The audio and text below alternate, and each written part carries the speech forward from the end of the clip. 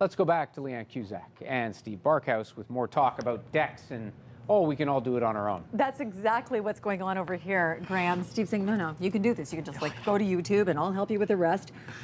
It's the support underneath the deck that I think is of concern for those who've never built a deck. Yeah, it should be, really. What do we call them? The well, the joists? foundation probably, or the beams and the joists, and absolutely.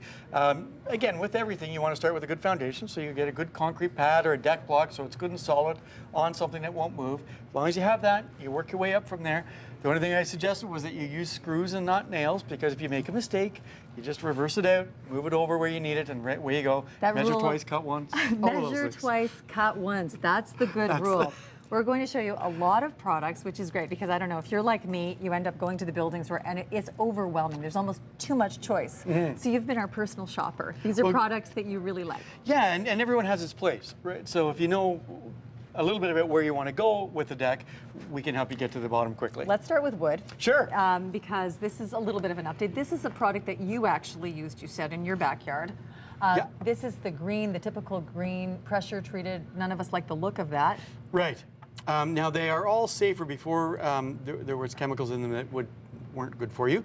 We still don't want you to burn them, but again, if children happen to get some on their hands and in their mouth, they're okay on these ones. They're safer.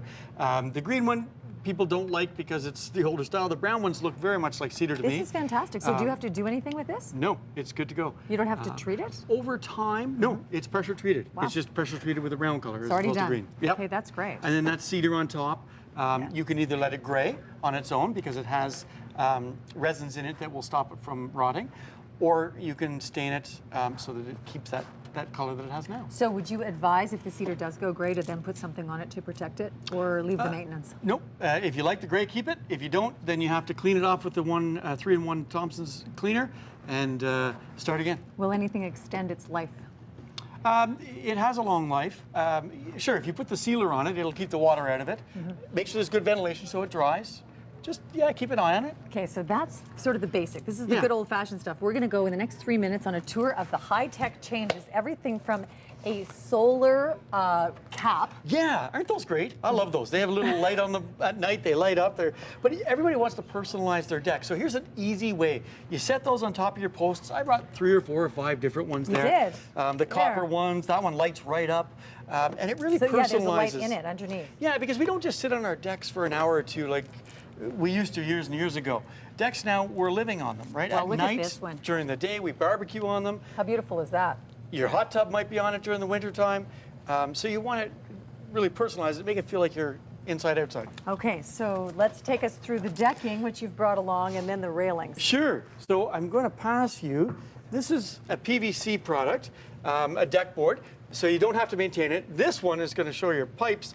That one. This is heavy. It is heavy. That's a composite. So it's real wood, but with resins in it. So it's quite heavy, but zero maintenance. So you put those down, you're done. And they're beautiful. And you can see all the different colors. So when there's zero maintenance, it really does up the price, doesn't it? How much is that a foot, a linear foot?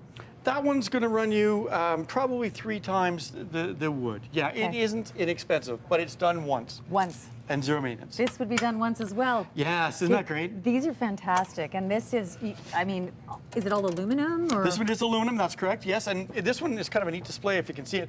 It shows all the different top rails that you can have. Let's hold it up a bit. Sure. There we go. Yeah. So all the different choices, you can personalize different spindles, exactly. And that's the key. People are personalizing their decks now. So it gives you lots and lots of options.